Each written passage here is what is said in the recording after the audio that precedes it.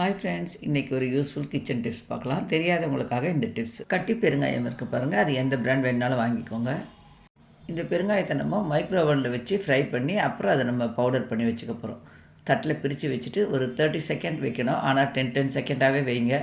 ரொம்பவும் ஃப்ரை ஆச்சுன்னா அந்த பெருங்காயத்தோட ஸ்மெல் போயிட்டு ஒரு மாதிரி கருகுன ஸ்மெல் வந்துடும். அதுக்காக தான் இது மாதிரி வச்சு கொஞ்சம் நேரத்துக்கு ஒரு வாட்டி எடுங்க. நான் ஒரு முறை வச்சுட்டு எடுத்துகிட்டு கத்தியில் அப்படி வச்சு திருப்பி விட்டுங்க.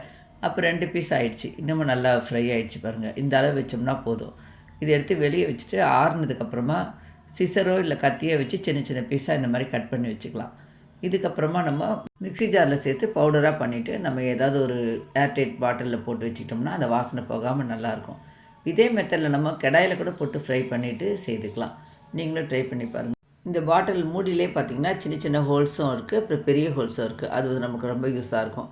அந்த மாதிரி தான் நான் இப்போ போட்டு வச்சுருக்கேன். இந்த தட்டில் கொஞ்சமாக ஒட்டி இருக்குது பார்த்திங்களா, இதுவும் நமக்கு வேஸ்ட் ஆகாது. இதில் கொஞ்சமாக தண்ணி ஊற்றி வச்சிங்கன்னா நல்லா ஊறி இருக்கும். அதுலேயே பார்த்திங்கன்னா நல்லா திக்காக பெருங்காய வாசனையோட தான் இருக்கும் அந்த தண்ணி. அதை ஒரு சின்ன பாக்ஸில் ஊற்றி வச்சுக்கிட்டு நம்ம தேவையானப்போ யூஸ் பண்ணிக்கலாம். இந்த டிப்ஸ் புதுசாக சமைச்சு பழகிற பிள்ளைங்களுக்கும் பிகினர்ஸ்க்கும் ரொம்ப யூஸ்ஃபுல்லாக இருக்கும்னு நினைக்கிறேன். உங்களுக்கு வீடியோ பிடிச்சா லைக் பண்ணி சஞ்சய் ப்ளாக் சேனலை சப்ஸ்கிரைப் பண்ணிக்கோங்க. தேங்க்யூ.